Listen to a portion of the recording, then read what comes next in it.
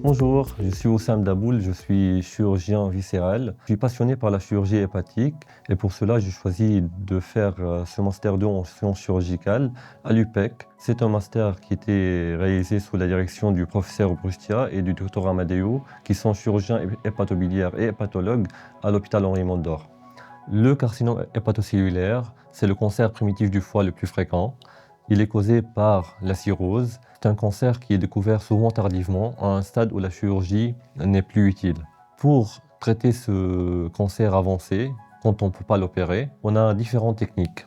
Et parmi lesquelles, une nouvelle technique qui est la radioembolisation interne sélective, qui consiste en une radiothérapie qui est injectée par les vaisseaux, des petites billes qui sont radioactives, qui vont aller se loger dans la tumeur, qui vont diffuser une radiothérapie par l'intérieur, qui est très ciblée, qui détruit la tumeur, mais sans aller détruire ou bien nuire aux organes adjacents. Cette radiothérapie permet de diminuer la taille de la tumeur et parfois elle peut rendre opérable une tumeur qui n'était pas opérable vu qu'elle est étendue. En détruisant la tumeur, la radiothérapie permet au système immunitaire de reconnaître la tumeur, pousser les cellules immunitaires à participer au combat et cela permet que le patient lutte lui-même contre sa pathologie.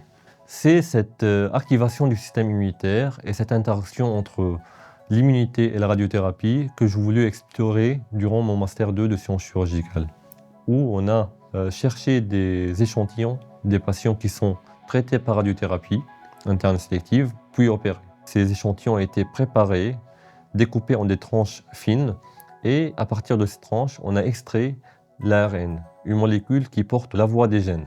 L'ARN qu'on a extrait a été par la suite séquencé grâce à des technologies de pointe, ce qui permettait d'analyser l'expression de milliers de gènes à l'intérieur de la tumeur. Chaque échantillon était capable de nous raconter comment le système immunitaire et la tumeur avaient réagi au traitement.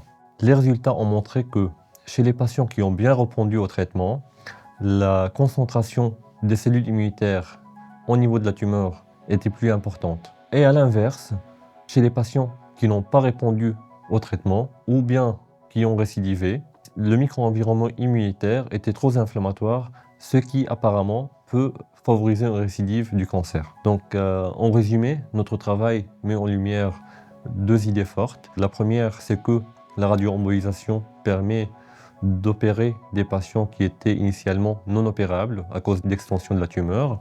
Et de deux, ce traitement permet d'activer le système immunitaire et ça peut être une porte vers des stratégies combinées. Une radiothérapie avant la chirurgie et une immunothérapie après la chirurgie pour éviter la récidive du cancer. Je tiens à remercier la Fondation de l'Avenir et l'Académie nationale de la chirurgie pour ce prix de recherche qui va me permettre de continuer à explorer les technologies chirurgicales de pointe.